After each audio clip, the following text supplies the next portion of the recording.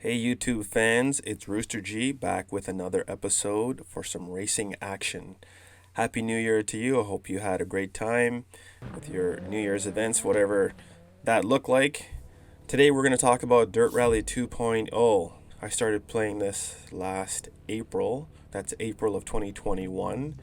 And in total I've played about 10 hours of it now that the Formula 1 driving season is over, pretending to be, like those Formula 1 drivers. Got to do something different in the off season. So today we are doing rallycross in the game. And if you've never done rallycross before, it's like motocross for your car. So the car I have is an Opel Corsa Super 1600. It's a little thing with a wicked engine in it. I get lots of power on this and it's really fun. So we're in a track in Sweden today. I think this is called Hoya. Don't know how to pronounce it, so I won't try to, butcher it any further. And one of the things that's cool about this game is that most of the rallycross tracks in here have destroyed me. But this one actually works to my driving style, so that's why I'm making a video of this one. Eventually I'll get better on the other ones, and then I'll make videos of those if you're interested.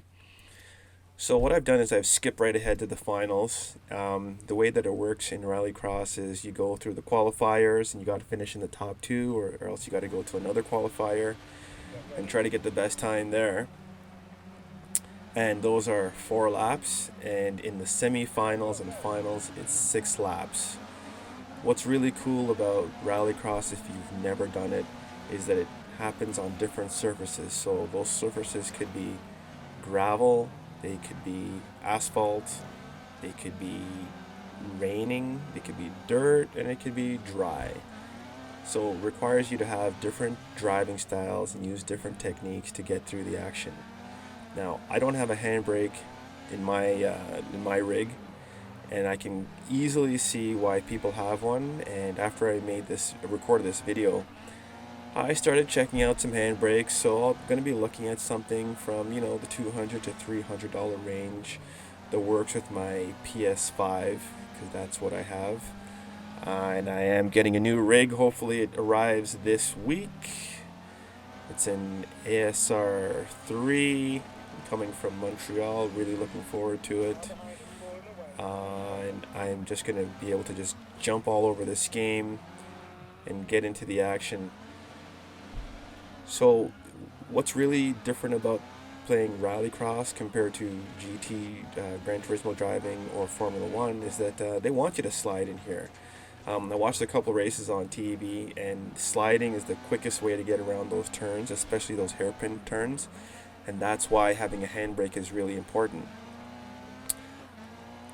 But one of the drawbacks is you're going to have to learn quickly how to turn the steering wheel with one hand while you do the handbrake with the other, right? Especially Formula 1 driving, skidding is no good, and you want to keep both hands on the wheels so you can go through the gears while you're in the turns. Well, you're going to have to learn how to do both while you're playing rallycross.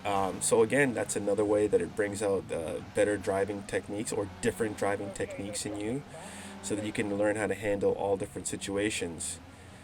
So as we see here, I'm on lap 3 of 6. And what's also different in this style of driving is what's called a joker lap. And what it is it's an addition to the track. It's just an extra little piece that you have to go around. So if you look in the top left-hand corner where it says lap 3 out of 6 and there's that yellow symbol lit up, that means I've already completed that joker lap. It's just an extra section I'll show to you when it comes up, and you can look back in the video. Sorry I didn't talk about that earlier. But the thing is, also in rallycross, you have to be able to pick your spots on when you go for that joker lap, because out of the cars that start on the grid, and there it is to the right there, if I would have kept going to the right, I would have been in the joker lap section, but I've already done it, so I'm staying to the left. One of the things I've noticed about racers, the pros, and on TV and in this game, is that usually the first 2 guys tend to not do the joker lap right away. They want to get that good lead by taking the shorter distance around the track. Then the guys third or fourth, they tend to take that joker lap because they already know that they're behind, so they just want to, try to make up time sort of in their own way. And because everybody has to do the joker lap at some point, at least one. And if you do a jump start, you get penalized for that. You actually have to do two joker laps, or you have to do an addition, or you get an additional 30 seconds added on to your time. So yeah, pretty. See right there to the right, yeah, that's the joker lap section. So yeah, pretty cool. This game is really fun because you have, and what's cool is that sliding is actually really fun.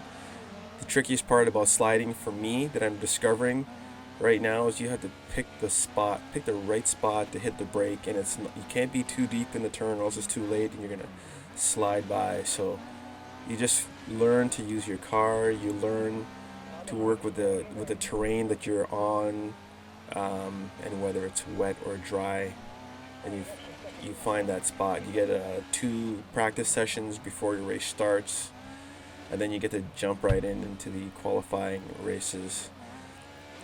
Some of the tracks. I was watching a race last week on TV from Utah, and they got a section where the cars are going underneath, and there's a gap overhead where the cars are going overhead at the same time.